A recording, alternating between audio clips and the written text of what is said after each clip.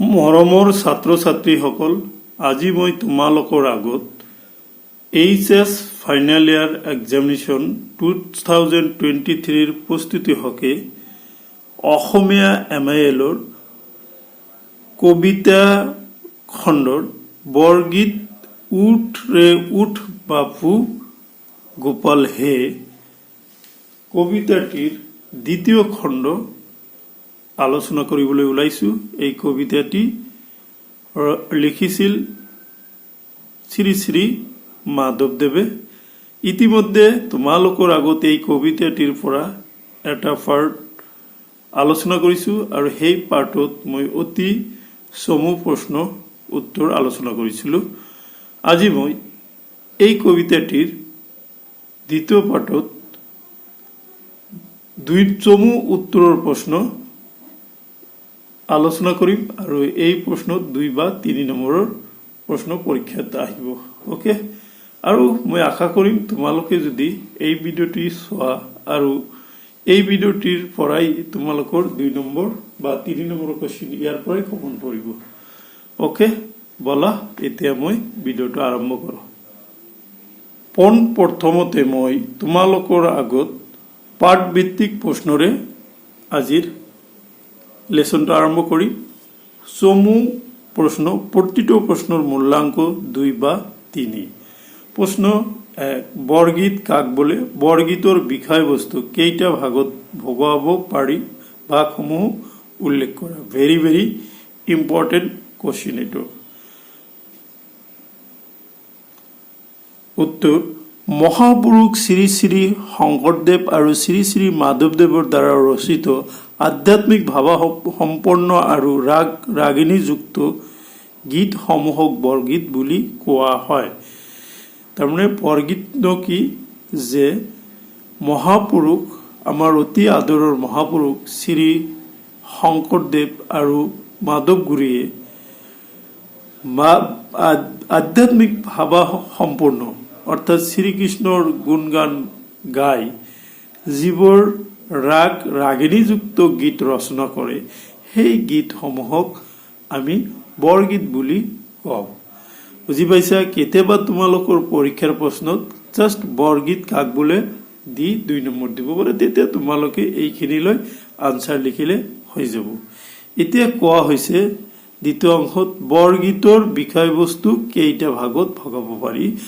বৰগীতৰ বিষয়বস্তুক আমি 6টা ভাগত ভগাব পাৰি। সেই ভাগসমূহ উল্লেখ কৰা। 2017 চনত আহিছিল। গতিকে বৰগীতৰ বিষয়বস্তুৰ ভাগ কেইটা হল: 1 লীলা, 2 বিৰহ, 3 বিৰক্তি, 4 পৰমাৰ্থ, 5 চৌৰ আৰু 6 চাতুৰী। বুজি পাইছা? প্ৰশ্ন 2 লৈ আহো।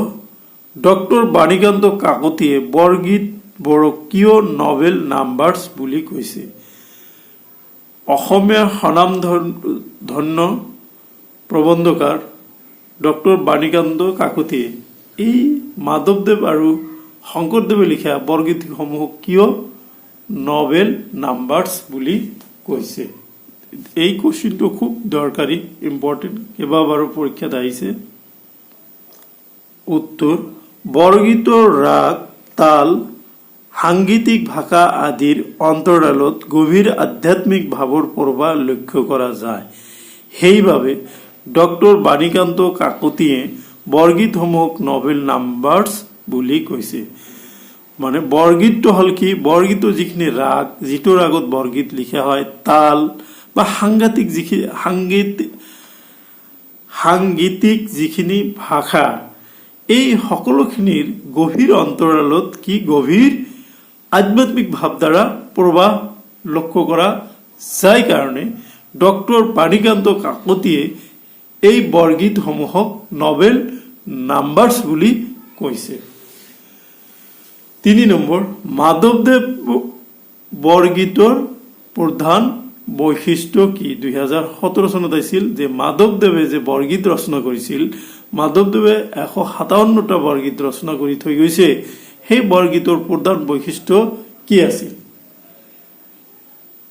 উত্তৰ, বাৎসল্য ভাৱৰ প্ৰকাশ মাধৱদেৱৰ বৰগীতৰ প্ৰধান বৈশিষ্ট্য। এই বাৎসল্য ভাৱ আমি প্ৰধানকৈ মাধৱদেৱৰ বৰগীতসমূহত লক্ষ্য কৰোঁ। বৎস মানে হ'ল শিশু। ভগৱান শ্ৰীকৃষ্ণৰ শিশুকালৰ নানান ক্ৰিয়াকলাপ মনোমুগ্ধকৰ বৰ্ণনা মাধৱদেৱৰ বৰগীতত পোৱা যায় বাবেই তেওঁৰ বৰগীতসমূহক বাৎসল্য ভাৱ প্ৰদান বুলি কোৱা হয়। আমাৰ পৰম শ্ৰদ্ধাৰ মহাপুৰুষ শ্ৰী শ্ৰী মাধৱদেৱে তেওঁৰ যিখিনি বৰগীত ৰচনা কৰিছিল, সেই বৰগীতত জগতৰ শ্ৰীহৰি শ্ৰীকৃষ্ণৰ শিশুকালৰ নানান ক্ৰিয়াকলাপ সুন্দৰভাৱে আলোচনা কৰাৰ কাৰণে এই তেওঁ ৰচনা কৰা বৰগীতসমূহক আমি কি বুলি কওঁ? বাৎসল্য ভাৱ প্ৰদান বুলি কওঁ। নেক্সট 4 নম্বৰলৈ আহোঁ। সৰ্বপুৰুষৰ শিৰৰ ভূষণ বুলি কোনে কাক কিয় কৈছিল? চব পুৰুষৰ শিৰৰ ভূষণ মানে সকলো পুৰুষৰ শিৰৰ ভূষণ বুলি কৈছে মানে মূৰৰ ওপৰত, তাৰমানে সকলোৰে মূৰৰ ওপৰত বুলি কোনে কাক কিয় কৈছে? 2019 চনত আহিছিল। উত্তৰ: সব পুৰুষৰ শিৰৰ ভূষণ বুলি মাতৃ যশোদাই পুত্ৰ শ্ৰীকৃষ্ণ কৈছিল। যে এই কথাভাগি মাতৃ যশোদাই ভগৱান শ্ৰীকৃষ্ণক কৈছিল। এই কবিতা ফাঁকিৰ কোৱাৰ কাৰণ হ'ল শ্ৰীকৃষ্ণ হ'ল এই জগতত সকলোৰে আৰাধ্য দেৱতা, তাৰমানে এই পৃথিৱীৰ সকলোৰে আৰাধ্য দেৱতাই হ'ল কি? শ্ৰীকৃষ্ণ। সেই হেতুকে মাতৃ যশোদাই এই কথাখিনি ভগৱান শ্ৰীকৃষ্ণৰ কৈছিল। 5 নম্বৰ প্ৰশ্নলৈ আহা। সিদ্ধ মুনিগণে চিন্তিয়া নাপায়ে মোৰ হৰি যশোদা কলে। হৰি যশোৱা কলে, তাৰমানে কি কৈছে? সিদ্ধ মুনিগণে চিন্তিয়া নাপায়, মানে মুনিসকলে সিদ্ধ কৰি বহুত কষ্ট কৰিও নাপায়, কিন্তু শৰীৰে যশোদাৰ কলত শ্ৰীকৃষ্ণক পাইছে। সেইকাৰণে এই কথা ভাগি যায়, সিদ্ধ মুনিগণে নোপোৱা হৰিক যশোদাই কিহৰ বলত পুত্ৰৰূপে পালে? বুজাই লিখা। উত্তৰ: আমাৰ পাঠ্যপুথিৰ অন্তৰ্গত কবিতা বৰগীত উঠ বাপু গোপাল হেত উল্লেখ কৰা অনুসৰি সিদ্ধ মুনি ঋষিসকলে বহু ধ্যান বহু সাধনাৰ পাছতো, তাৰমানে আমাৰ পাঠ্যপুথিৰ অন্তৰ্গত শ্ৰী শ্ৰী মাধৱদেৱৰ ৰচিত বৰগীত উঠ বাপু গোপাল হেত উল্লেখ কৰিছে যে সিদ্ধ মুনি ঋষিসকলে বহু ধ্যান আৰু সাধনাৰ পাছতো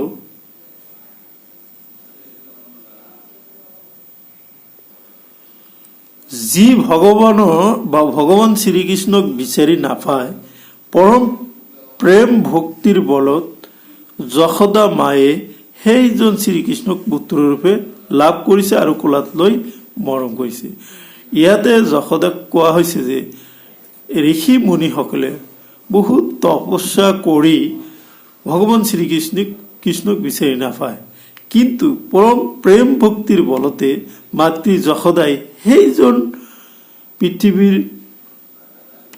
ভূপতি শ্ৰীকৃষ্ণকে পুত্ৰৰূপে লাভ কৰিছে আৰু তেওঁ কোলাত লৈও মৰমো কৰিছে।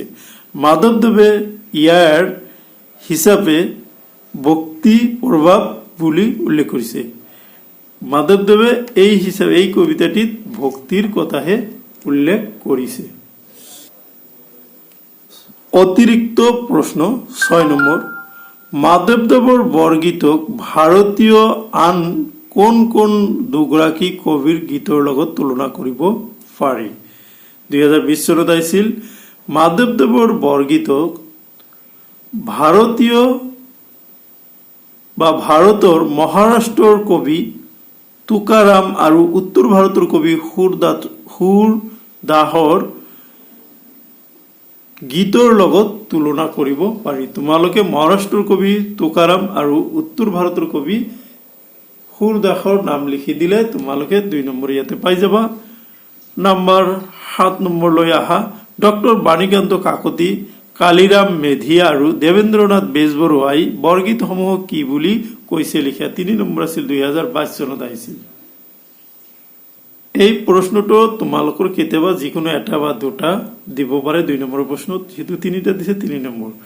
উত্তৰ ডক্টৰ বাণীকান্ত কাকতিয়ে বৰগীতক নবেল নাম্বাৰছ, কালিৰাম মেধিয়ে বৰগীতক গ্ৰেট সং বা সং ক্লেছিয়েল আৰু দেৱেন্দ্ৰনাথ বেজবৰুৱাই বৰগীতসমূহক হলি সংস বুলি আখ্যা দিছিল।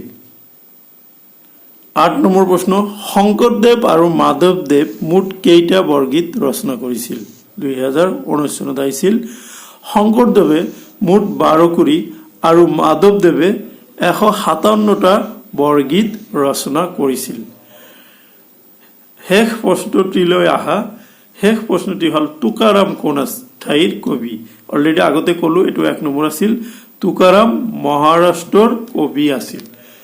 গতিকে মৰমৰ ছাত্ৰ ছাত্ৰীসকল, এইখিনিয়ে আছিলে তোমালোকৰ আগত আজি মই আগবঢ়োৱা অসমীয়া MIL-ৰ বৰগীত কবিতাটিৰ কেইটামান 2 বা 3 নম্বৰৰ প্ৰশ্নৰ উত্তৰ। আশা কৰিম তোমালোকে এই ভিডিঅ'টো চাই ভাল পাবা, আৰু ভিডিঅ'টো চাই যদি তোমালোকৰ ভাল লাগে তেতিয়াহ'লে এটা লাইক দিবা, সৰুকৈ হ'লেও কমেণ্ট কৰিবা, আৰু বন্ধু বান্ধৱীৰ লগত বেছি বেছিকৈ শ্বেয়াৰ কৰিবা যাতে সিহঁতেও এই ভিডিঅ'ৰ দ্বাৰা উপকৃত হ'ব পাৰে। সৌদশেষত তোমালোকক ধন্যবাদ জনাই ইয়াতে আজিৰ ক্লাছ সমাপ্ত কৰিলোঁ।